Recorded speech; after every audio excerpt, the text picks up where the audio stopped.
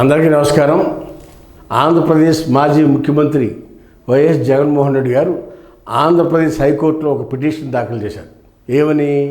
తన సెక్యూరిటీ పట్ల కూటమి ప్రభుత్వం నిర్లక్ష్యం వహిస్తుందని, అంతేకాకుండా తనకు Z+ కేటగిరీ సెక్యూరిటీ కావాలని, సిఆర్పిఎఫ్ కానీ ఎన్ఎస్ఓ కమాండ్స్తో కూడిన సెక్యూరిటీని కానీ కల్పించాలని, అంతేకాకుండా అంతకుముందు ముఖ్యమంత్రిగా ఉన్నప్పుడు ప్రభుత్వం ఇచ్చిన Z+ కేటగిరీ సెక్యూరిటీని ఉపసంహరించుకోవడం వలన ఇప్పుడు సెక్యూరిటీ లేనందువల్ల తనకు బెదిరింపు కాల్స్ వస్తాయి, లేకపోతే మీడియాలో వార్తల ద్వారా బెదిరిస్తూ ఉన్నారు, తనకు ప్రాణహాని ఉందని చెప్పి ఆ పిటిషన్లు కోర్టుకు సబ్మిట్ చేయడం జరిగింది.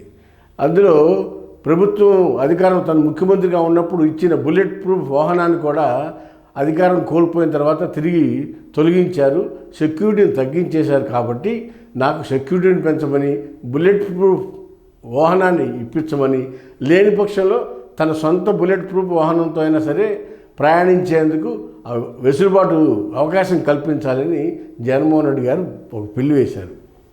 జగన్మోహన్ రెడ్డి గారిని కూడా టార్గెట్గా పెట్టుకుని ఆయన సెక్యూరిటీ ఇవ్వకుండా, ఆయన ప్రజల్లో తిరగకుండా కట్టడి చేసేందుకు ప్రయత్నాలు జరుగుతాయి. ఇటీవల కాలంలో గుంటూరు మిర్చి యార్డులో మిర్చి రైతులు ధర్నా చేస్తే ఆ ధర్నాకాడికి వెళ్ళి మిర్చి రేటుల మీద, మిర్చి రేటు సరైన రేటు లేదు, ప్రభుత్వం మంచి రేటు కొనట్లేదు, రైతులు నష్టపోతున్నారు అని చెప్పి రైతుల్ని సమస్యలు తెలుసుకునేందుకు గుంటూరు మిర్చి యార్డుకి వెళ్తే ఆ రోజు కానిస్టేబుల్ స్థాయి అధికారి కూడా అక్కడ లేడు. అంటే ప్రభుత్వం ఒక మాజీ ముఖ్యమంత్రికి ఇచ్చే సెక్యూరిటీ భద్రత ఇదేనా అని వైసీపీ నాయకులు కార్యకర్తలు ప్రశ్నిస్తున్నారు.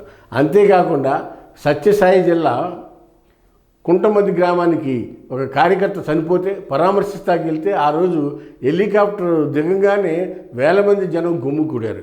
ఆ రోజు కూడా అక్కడ బార్గేట్లు కడతాం కానీ లేకపోతే సెక్యూరిటీ కల్పించడం కానీ ప్రభుత్వం పూర్తిగా వైఫల్యం చెందింది.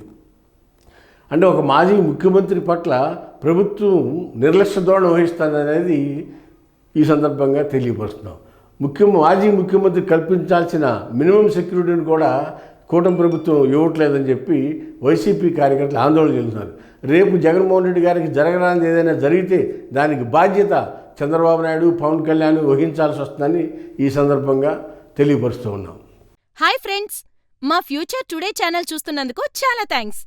మరిన్ని లేటెస్ట్ వీడియోస్ కోసం వెంటనే సబ్స్క్రైబ్ చేయండి. అలాగే ఈ బెల్ ని కూడా రింగ్ చేసేయండి. మా లేటెస్ట్ వీడియోస్ నోటిఫికేషన్స్ అన్నీ మీ మొబైల్లో వస్తాయి. మా వీడియోస్ మీకు నచ్చితే లైక్ చేయండి, షేర్ చేయండి, నచ్చకపోతే కామెంట్ చేయండి.